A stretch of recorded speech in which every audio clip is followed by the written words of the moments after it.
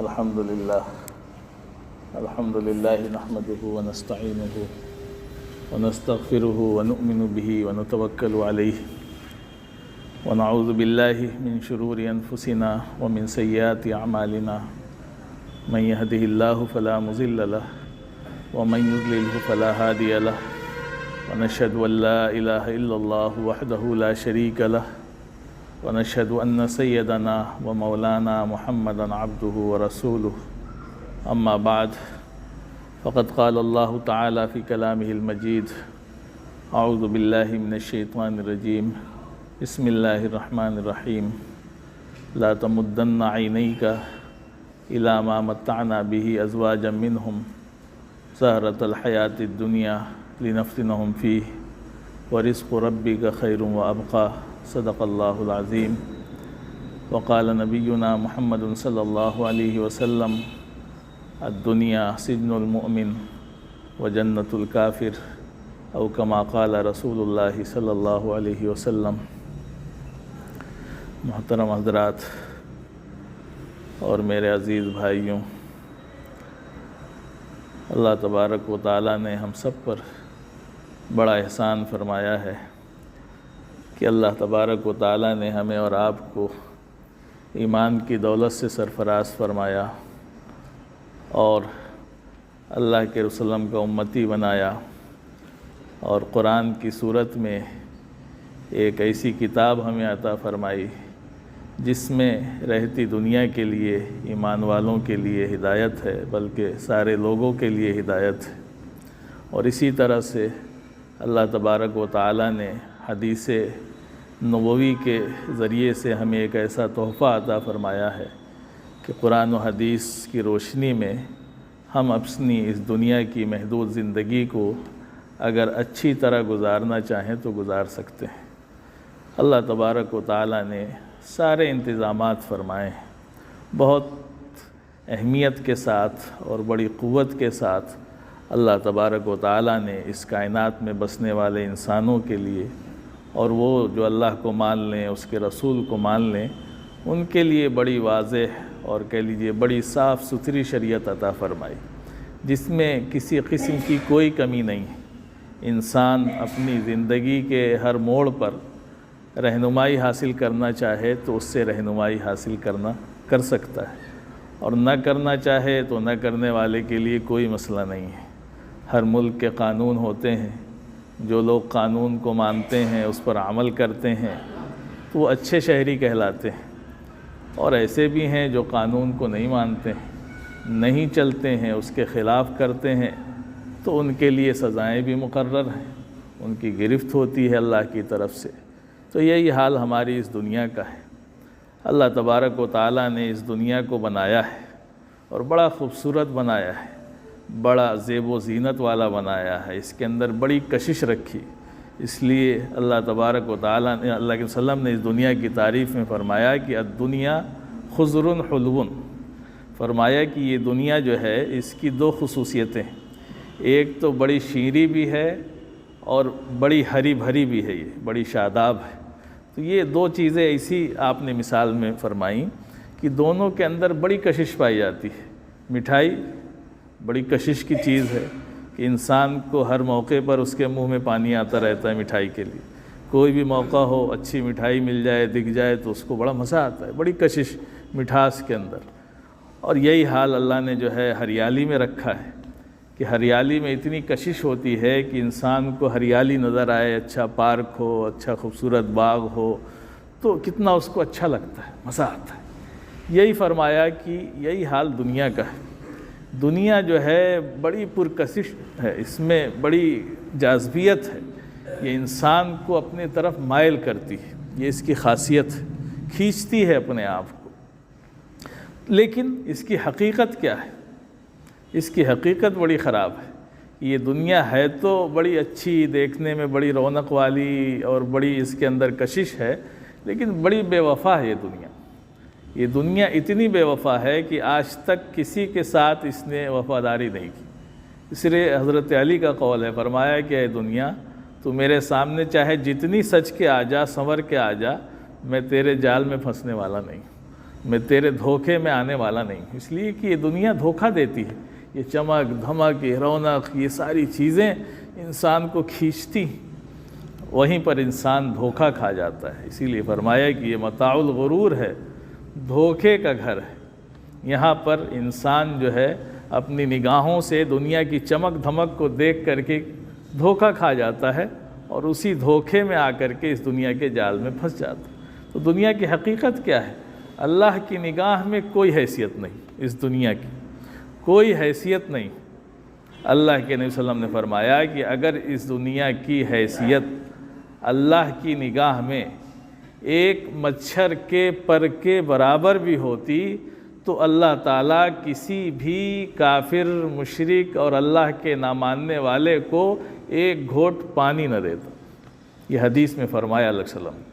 آپ سوچیں کہ کیسی مثال دی، مچھر ہی کی کیا اوقات ہے، لیکن وہ بھی فرمایا مچھر نہیں بلکہ مچھر کے ایک پر کے برابر بھی نہیں، کہ اگر ایک مچھر کے پر کے برابر بھی اس کی حقیقت ہوتی، قیمت ہوتی اللہ کی نگاہ میں، تو اللہ تعالیٰ جو ہے کسی بھی اپنے نہ ماننے والے کو ایک گھونٹ پانی نہ دیتا، لیکن ان کو تو ہم سے زیادہ دے دیا، اس لیے کہ اللہ کے نزدیک اس کی کوئی حیثیت نہیں، کوئی قیمت نہیں۔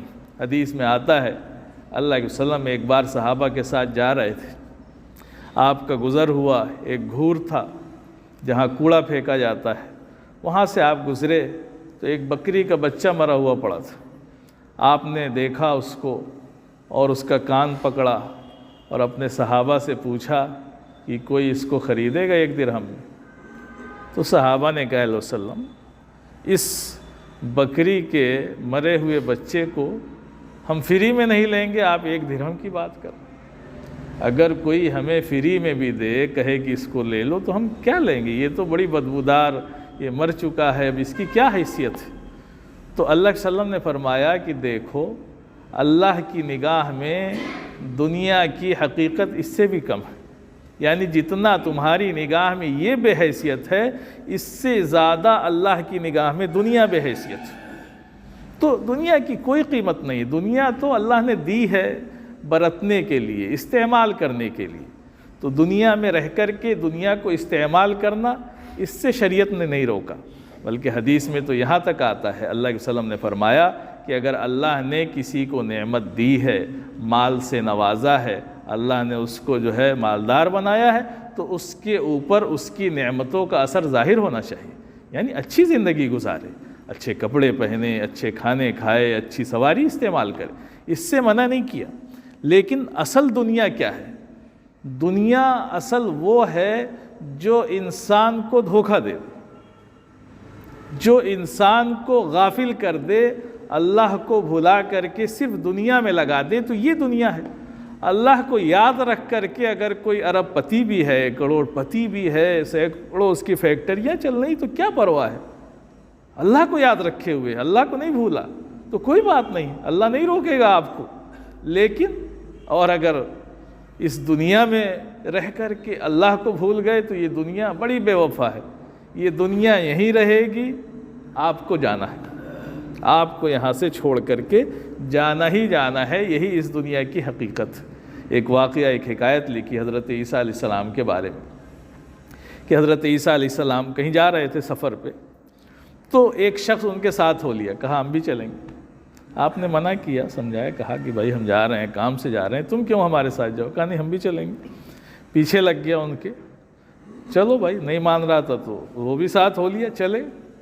اب راستے میں چلتے چلتے جب زیادہ دیر ہو گئی، بھوک لگی، تو ایک جگہ رکے کھانے کے لیے، تو کھانا تھا ان کے پاس، 3 روٹیاں تھیں، نکالی، کھانے کے لیے رکھا، تو ایک روٹی خود لے لی، ایک اس کو دے دی، ایک بیچ میں رکھ دی کہ اگر کسی کو زیادہ ضرورت ہوگی تو اس میں سے بھی لے لیں گے۔ رکھ دی، ایک روٹی کھائی، چلے گئے دریا کے کنارے پانی کے لیے۔ تو یہ جو دوسرے صاحب تھے، انہوں نے موقع دیکھا تو دوسری روٹی مار گئے۔ جب وہ پانی پی کر کے آئے تو اس سے پوچھا کہ بھائی وہ تیسری والی روٹی کہاں گئی؟ تو کہہ رہا ہمیں نہیں پتہ، کہہ رہا ہے کہ ہمیں نہیں پتہ کہاں گئی۔ کہا کہ بھائی 2 ہی آدمی تھے تو کہاں جائے گی؟ لیکن اس نے کہا کہ ہمیں نہیں پتہ کہاں جائے گی۔ ٹھیک ہے، سفر چلا، آگے چلے، پھر راستے میں ایک جگہ جو ہے بھوک لگی، اب کھانے کے لیے کچھ نہیں تھا، بہرحال اللہ کے نبی تھے، اللہ نے ان کو بہت سے معجزوں سے نوازا تھا، تو انہوں نے دیکھا جنگل تھا، ایک ہرن ہے، اس کا بچہ ہے، تو ہرن کے بچے کو بلایا اللہ کے حکم سے، وہ آگے اس کو ذبح کیا، اس کو پکایا، اس نے بھی کھایا، انہوں نے بھی کھایا۔ پھر اللہ نے جو ہے حضرت عیسیٰ علیہ السلام کو معجزہ دے رکھا تھا مردوں کو زندہ کرنے کا، اس لیے ان کا لقب روح اللہ ہے۔ تو اللہ کے حکم سے وہ مردوں کو زندہ کر دیتے تھے، یہ اللہ کا معجزہ تھا حضرت عیسیٰ علیہ السلام کے لیے، جیسے انبیاء کو بہت سے معجزے ملتے ہیں۔ تو کھاوا لیا، پھر کہا کہ اللہ کے حکم سے زندہ ہو جا، تو وہ ہرن کا بچہ پھر زندہ ہو گیا، کہا جا اپنے ماں کے پاس چلا جا۔ تو اب وہ دیکھ رہا تھا جو ساتھ میں تھا، جس نے جھوٹ بولا تھا روٹی کھا کر کے کہ ہم نے نہیں کھایا، تو اب سوچا کہ اس کے دل میں اللہ کا خوف پیدا ہو گیا ہوگا، اتنا بڑا معجزہ دیکھا اس نے، کچھ اس کا ایمان مضبوط ہوا ہوگا۔ تو پھر اس سے پوچھا، کہا کہ بتاؤ بھائی تیسری روٹی کس نے کھائی تھی؟ تو کہہ رہا ہے کہ ہمیں نہیں پتہ۔ پھر بھی وہ نہیں مانا، کہہ رہا ہے کہ ہمیں نہیں پتہ کس نے کھائی۔ چلو چلے، چلتے چلتے چلتے چلتے لکھا حکایت میں کہ پھر ایک جگہ رکے، ریت کا ڈھیر تھا، ریگستان تھا، تو آپ نے ریت کے 3 ٹیلے بنائے، اور بنا کر کے آپ نے کہا کہ اللہ کے حکم سے سونا بن جا، تو وہ تینوں ٹیلے جو ہے سونے کے بن گئے۔ جب وہ سونے کے بن گئے تو کہا کہ بھائی ایک تمہارا، ایک ہمارا، اور ایک اس کا جس نے تیسری روٹی کھائی تھی۔ تو پھر جلدی سے کہہ رہا ہے کہ وہ تیسری روٹی تو ہم نہیں کھائی تھی، اب جلدی سے بولا، کہہ رہا ہے کہ وہ حضرت تیسری روٹی ہم نے ہی کھائی تھی۔ کہا ٹھیک ہے، تم نے ہی کھائی تھی تو ٹھیک ہے۔ تو تینوں ڈھیر اس کو دے دیے، کہا کہ لے لو، جاؤ، اس دنیا کے لیے اتنا جھوٹ بولا تم نے، لے لو، یہ سب ڈھیر تمہارا ہے، اور اب تو تم ہمارے ساتھ جاؤ گے نہیں، تمہارا کام تو ہو گیا۔ چل دیے آگے سفر پہ، کہا کہ لو بھائی اپنا۔ اب وہ اتنے بڑے بڑے ڈھیر تھے سونے کے کہ وہ پریشان ہو گیا، لے جائیں کیسے اس کو، یعنی لے جانے کے لیے اس کے پاس انتظام نہیں تھا اس جنگل میں، کہ کپڑے میں لے جائیں تو کپڑا بھی پھٹ جائے، کس چیز میں لے جائیں، پریشان تھا۔ شام ہو گئی، جب شام ہوئی تو 3 لوگ نکلے چوری کے ارادے سے، ان کو چوری ووری کرنی تھی، نکلے رات میں اپنا۔ تو یہ صاحب نظر آ گئے، کہا کہ دیکھو بھائی یہ جنگل میں کون اکیلا آدمی بیٹھا ہے، کیا اس کو پریشانی ہے، چل کے دیکھتے ہیں۔ جب گئے وہاں ملاقات کی، دیکھا تو اس کے سامنے اتنا سونے کا ڈھیر تھا کہ ان کی بھی آنکھیں چار ہو گئیں کہ اوف اوف، یہاں تو اب چوری کرنے کی کوئی ضرورت ہی نہیں ہے، تو بڑا زبردست مال یہاں پڑا ہے۔ تو رک گئے اس کے پاس، یہ بھی پریشان تھا بیچارہ، اس کے پاس بھی انتظام نہیں تھا، سوچ رہا تھا کہ اتنا ہے، ہماری نسلیں استعمال کریں گی، اس کو لے کیسے جائیں، پریشان تھا یہ۔ وہ مل گئے تو بہرحال مشورہ ہوا، کہا کہ ٹھیک ہے، ہم لوگ چاروں لوگ آپس میں اس کا حصہ کر لیں گے، بات طے ہو گئی۔ تو انہوں نے کہا ٹھیک ہے، ابھی تو شام کا ٹائم ہے، بھوک بھی لگی ہے، اور یہاں جو آبادی ہے وہاں لوگ ہم کو جانتے ہیں، وہ سمجھ جائیں گے کہ یہ سب چوری کرنے آئے ہیں، تو ہم لوگ تو جائیں گے نہیں۔ تو اس کو بھیجا جو چوتھا آدمی تھا کہ تم جاؤ شہر سے، وہاں سے کھانا لے کر کے آؤ، اس کو پیسہ دے کر کے بھیجا۔ اب یہی دنیا ہوتی ہے، تو اس کو جب پیسہ لے کر کے بھیجا کھانا لانے کے لیے، تو وہ چلا، تو دماغ میں شیطان گھماتا رہتا ہے، چلا تو سوچ رہا ہے کہ یہ سب آ گئے ہیں اور 4 حصے لگ جائیں گے اس میں، اور تو بڑا نقصان ہو جائے گا ہمارا۔ ایسا کرتے ہیں کہ کھانے میں زہر ملا دیتے ہیں، اور زہر ملا دیں گے تو یہ تینوں مر جائیں گے، اور پھر ہم اپنا لے کے چلے جائیں گے سب۔ اس کے دماغ میں آیا، اس نے اپنا کام کیا، کھانا لیا، کھانے میں زہر ملایا، لے کے چلا۔ ادھر یہ جو 3 بیٹھے تھے، ان کے دل میں بھی شیطان آیا، ان کو شیطان نے سکھایا کہ اس کو دینے کی کیا ضرورت ہے، اس کو دے کے کیا کریں گے، ایسا ہے کہ جیسے ہی آئے کھانا لے کے حملہ کر کے اس کو مار دیتے ہیں، تو ہم لوگ تینوں آدمی ایک ایک حصہ لے لیں گے، ہمارا ہو جائے گا۔ پروگرام تیار۔ اب جب وہ کھانا لے کے آیا، کر دیا حملہ، مار دیا اس کو، ختم ہو گیا۔ پھر انہوں نے کہا اب چلو اطمینان سے کھانا کھاتے ہیں، اور پھر ایک ایک ڈھیر لے کے تینوں لوگ چلیں گے۔ کھانا کھایا تو کھانے میں زہر تھا، وہ بھی آرام سے سو گئے وہیں پہ، ختم۔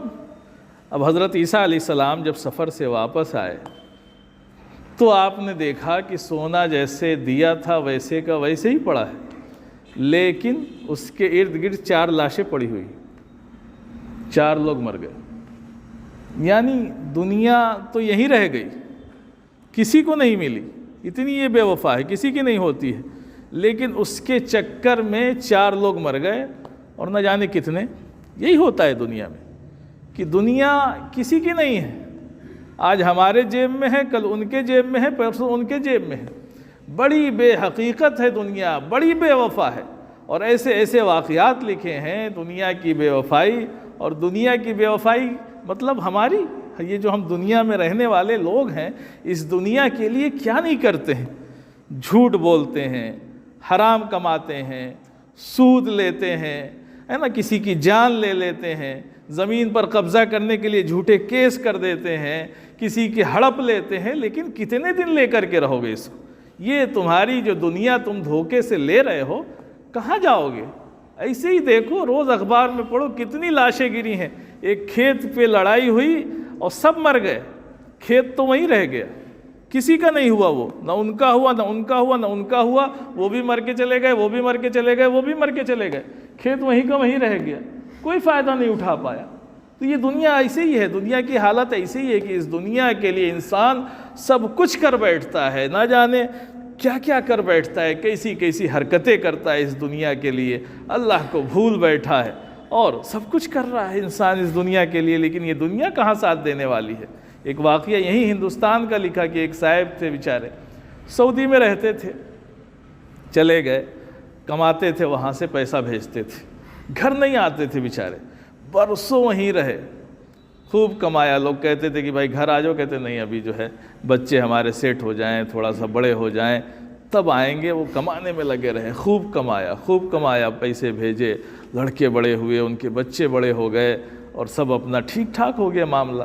تو پھر ان کا ارادہ بنا کہ اب چلتے ہیں، واپس چلیں ہندوستان۔ تو انہوں نے پھر اس سے پہلے جو ہے گھر والوں کو حکم دیا کہ بھائی گھر بنایا جائے، تیار ہو جائے، آئیں گے تو بچوں کی شادی وادی کریں گے اپنا۔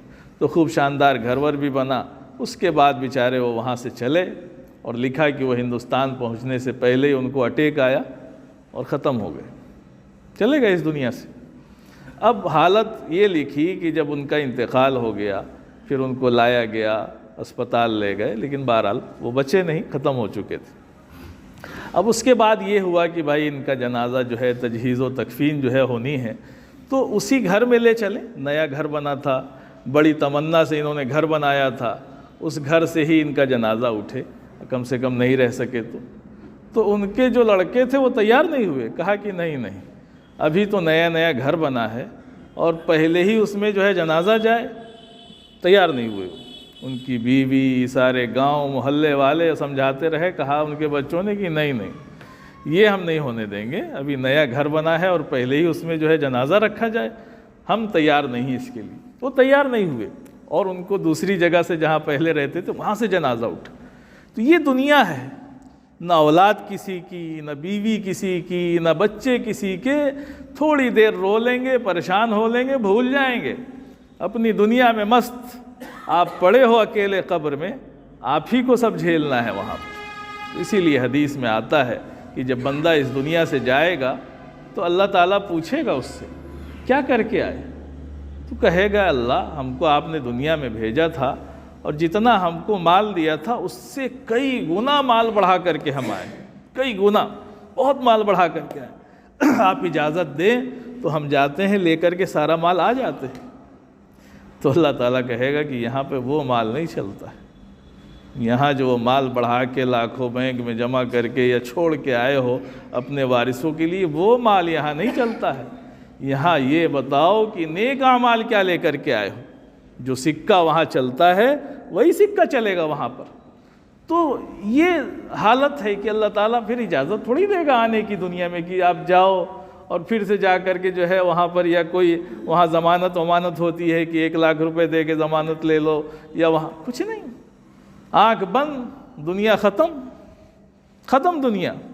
اب چاہے رونے والے روئیں، چاہے ہنسیں، چاہے لوٹیں، چاہے وہ کچھ بھی کریں، آپ کے لیے تو دنیا اسی وقت ختم۔ تو میرے عزیز بھائیوں، اس دنیا کی کیا حیثیت ہے، یہ نہ کسی کی ہوئی ہے نہ ہوگی۔ کیسے کیسے بڑے بڑے لوگ آئے اس دنیا میں، اور سب کو یہ زمین کھا گئی ہے نا، زمین کھا گئی، آسماں کیسے سب چلے گئے۔ اتنے بڑے بڑے بادشاہ ہوئے، سکندر بہت بڑا بادشاہ گزرا ہے، اور آدھی سے زیادہ دنیا پر اس کی حکومت تھی، ساری دنیا کو وہ فتح کرنا چاہتا تھا، بہت بڑا تھا، لیکن جب موت نے آ گھیرا تو پریشان ہو گیا وہ۔ عمر بہت کم تھی اس کی، غالباً 45 سال ہی عمر تھی، اور بڑی اس نے کوشش کی، بڑی دعائیں کی، صرف اس لیے کہ وہ یونان سے چلا تھا کہ ہم کم سے کم اپنے ملک میں پہنچ جائیں۔ موت تب آئے، لیکن جہاں راستے میں تھا وہاں پر موت نے جب آ گھیرا تو موت تو اپنا وقت دیکھتی ہے، وہ آپ کا نہ سفر دیکھتی ہے نہ آپ کی حالت دیکھتی ہے۔ آپ کہیں کہ ہم ناپاک ہیں کئی دنوں سے، نہا لیں، ہم جو ہے ابھی ہے نا نماز نہیں پڑھی بہت دنوں سے، آج نماز پڑھ لیں، کچھ نہیں، مہلت ملنے والی نہیں ہے اس کے بعد، تو اب تو جس حالت میں ہے آپ کو چلنا پڑے گا۔ تو سکندر نے جاتے جاتے اپنے جو لوگ تھے ان سے کہا کہ دیکھو جب میرا انتقال ہو جائے تو ایسا کرنا کہ میرے دونوں ہاتھوں کو کفن سے باہر نکال دینا۔ کہا کہ جب میرا جنازہ اٹھے تو میرے دونوں ہاتھ باہر ہونے چاہیے۔ تو لوگوں نے کہا کہ یہ کیا بات، سب کے ہاتھ تو اندر ہوتے ہیں، بندھے ہوئے ہوتے ہیں، آپ کہہ رہے ہیں کہ ہاتھوں کو باہر نکال دینا کہنا۔ تو اس نے کہا کہ ہاں، اس لیے میں ایسا کہہ رہا ہوں کہ تاکہ جب لوگ میرے ہاتھوں کو دیکھیں تو ان کو پتہ چل جائے کہ یہ اتنا بڑا بادشاہ تھا سکندر، لیکن دنیا سے خالی ہاتھ جا رہا ہے، کچھ نہیں ہے اس کے پاس، دونوں ہاتھ خالی ہیں، ایسے ہی جا رہا ہے۔ تو میرے عزیز بھائیوں، اللہ نے کتنا موقع ہمیں دیا، آپ کو دیا، کتنا موقع دیا ہے ہمیں زندگی کو سدھارنے کے لیے، اللہ کو یاد کرنے کے لیے۔ وَلَا تَكُونُوا كَالَّذِينَ نَسُوا اللَّهَ فَأَنسَاهُمْ أَنفُسَهُمْ، ایسے نہ ہو جاؤ کہ اللہ کو بھول جاؤ۔ اللہ کو بھولنا اپنے آپ کو بھلانا ہے۔ اللہ کو کیا بھولو گے؟ اللہ کے ہاں کیا کمی ہے؟ اللہ تو کہتا ہے کہ سارے دنیا کے لوگ اگر ایسے ہو جائیں جیسا کہ سب سے زیادہ متقی انسان ہوتا ہے، تب بھی اللہ کی بادشاہت میں ایک ذرہ اضافہ نہیں ہو سکتا، اور سارے دنیا کے انسان گناہگار ہو جائیں، اللہ کے نافرمان ہو جائیں، اور اس کی کوئی عبادت کرنے والا نہ ہو، تب بھی اس کی حکومت میں ایک ذرہ برابر کمی نہیں آ سکتی۔ اس کی شان نرالی ہے، وہ جیسا تھا ویسے ہی رہے گا۔ ہماری عبادت سے نہ اس کو فائدہ ہو سکتا ہے، نہ ہماری معصیت سے اس کا نقصان ہو سکتا ہے۔ سارا مسئلہ تو اپنا ہے۔ اللہ کو بھولیں گے تو وَلَا تَكُونُوا كَالَّذِينَ نَسُوا اللَّهَ فَأَنسَاهُمْ أَنفُسَهُمْ، اپنے آپ کو بھول جاؤ گے، اللہ کو نہیں بھولو گے۔ اللہ کو بھول کر کے کیا کرو گے؟ تو میرے عزیز بھائیوں، اللہ نے بڑی قیمتی زندگی دی ہے، یہ سانس جو چل رہے ہیں بڑی قیمتی ہیں۔ قبر میں پہنچنے کے بعد کوئی موقع نہیں ملنے والا ہے، کوئی موقع ملنے والا نہیں ہے۔ یہ دنیا ایمان والوں کے لیے، اسی لیے حدیث میں اللہ صلی اللہ علیہ وسلم نے فرمایا قید خانہ ہے۔ یہ فرمایا کہ سجن المومن، یہ قید خانہ ہے، یعنی یہاں ہم آزاد نہیں۔ قید خانے کا مطلب کیا؟ یہاں ہم آزاد نہیں۔ جیسے جیل میں ایک شخص ہوتا ہے تو وہ سارے اس کے حکم کے تابع ہوتا ہے جو وہاں کا نیم ہوتا ہے، تو ہم بھی اس دنیا میں ہیں اللہ اور اس کے رسول کے حکم کے تابع ہیں۔ ہم غلام ہیں یہاں پر اور آزاد نہیں ہیں۔ ہاں فرمایا جنت الکافر، کافروں کی جنت ہے، وہ آزاد ہیں۔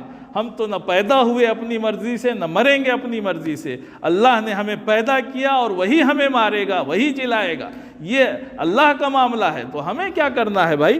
ہم اللہ کے غلام ہیں، اس کے بھیجے ہوئے ہیں، تو ہم آزاد نہیں ہیں۔ اسی لیے ہم کہتے ہی ہیں عبداللہ، اللہ کے بندے ہیں، ہم اللہ کے بندے ہیں۔ اور ہم بھول جائیں جس نے ہمیں پیدا کیا، جو ہمیں رزق دے رہا ہے، جو ہمیں کھلا رہا ہے، پلا رہا ہے، صحت دی، اچھے ہاتھ پیر بنائے، اسی کو بھول کر کے سب کو یاد رکھیں۔ تو اس دنیا کے لیے اگر ایسا کریں گے تو سمجھ لیں کہ آخرت کی منزل ہمارے سامنے آنے والی ہے، اور وہاں پر کوئی رشتہ داری اور کوئی نہیں چلے گی مالداری، وہاں پر صرف وہی سکہ چلے گا جو دنیا میں کر کے جائیں گے۔ تو ابھی بھی وقت ہے ہمارے پاس، ہم اپنے آپ کو سنبھالیں، دنیا کمائیں، خوب کمائیں، لیکن اللہ کو بھول کر کے نہ کمائیں۔